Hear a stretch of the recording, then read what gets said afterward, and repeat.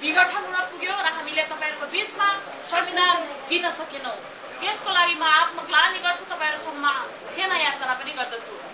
यति भन्दै गर्दा तपाईहरुले पनि एउटा सूचना पाउनुपर्ने अधिकार हो। त्यो सूचना पाउने हक अन्तर्गत कानुन समाजले एउटा कार्यक्रम गरेर दलितहरुले, दलित सभासदहरु जो 50 जना दलित सभासदहरु त्यस संविधान सभाभित्र पसेर के गरे त भन्ने कुरामा पक्कै पनि सम्पूर्ण गैर दलित समुदायका यहाँहरु हुनुहुन्छ दाजुभाइ तथा दिदीबहिनीहरु सबैलाई कौतूहल जाग्न सक्छ।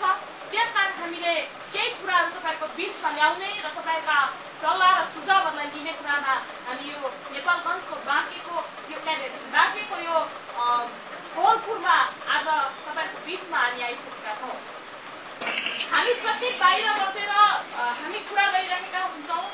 म संविधान सभाभित्र बस्दै गर्दाखेरि मैले भनेको थिएँ नेपाली कांग्रेसबाट म जतिको एउटा युवा, त्यसमा पनि दलित समुदायबाट महिला जान्दैछु। मेरो उत्साह र मेरो जाँगर मेरो समुदाय लगायत सम्पूर्ण नेपाली जनताका हक अधिकारलाई सुनिश्चित गर्ने कुरामा म कम्मर कसेर लाग्नेछु भनेर मेरो आफ्नो प्रतिज्ञा सही गर्दाखेरि अघि पनि हाम्रो आदरणीय जीवन दाइले पनि सक्नु भएको छ। विभिन्न समितिमा काहीँ त्यस ठाउँमा पुगेको थिएँ र म लागे पनि